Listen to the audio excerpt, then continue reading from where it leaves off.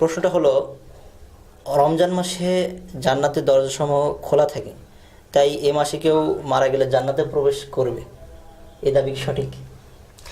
যে আসলে হাদিসের অর্থটা আমাদের বুঝতে হবে যে আসলে আল্লাহ রাসূল সাল্লাল্লাহু আলাইহি সাল্লাম বলেছেন যে জান্নাতের দরজা খোলা হয়।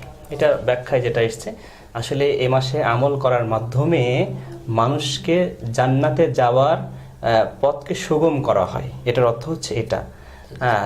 আমরা এটা কখনো কোনো হাদিসে বা দলিলে পাচ্ছি না যে এ মাসে কেউ মারা গেলেই সে যেই অবস্থায় থাকুক না কোনো, তার আমল থাক না বা না থাক, তাহলে সে জান্নাতে চলে যাবে, এমন কোনো প্রমাণ নেই। জান্নাতের দরজা খোলা থাকে, তার মানে এই মাসে কেউ যদি এই মাসের রহমত বরকত বা এই মাসের আমল করে সে যদি সাকসেস হতে পারে, অবশ্যই আল্লাহ রাব্বুল আলামিন তাকে জান্নাতে যাবেন। আর যদি আমল না করে তাহলে কখনো তো সে জান্নাতে কখনো যেতে পারবে না। প্রিয় দর্শক শ্রোতাবৃন্দ, আমরা জানি যে রমজান মাস হলো আমলের মাস। আমরা জানি রমজান মাসে মানুষকে জাহান্নাম থেকে নাজাত দেওয়া হয়।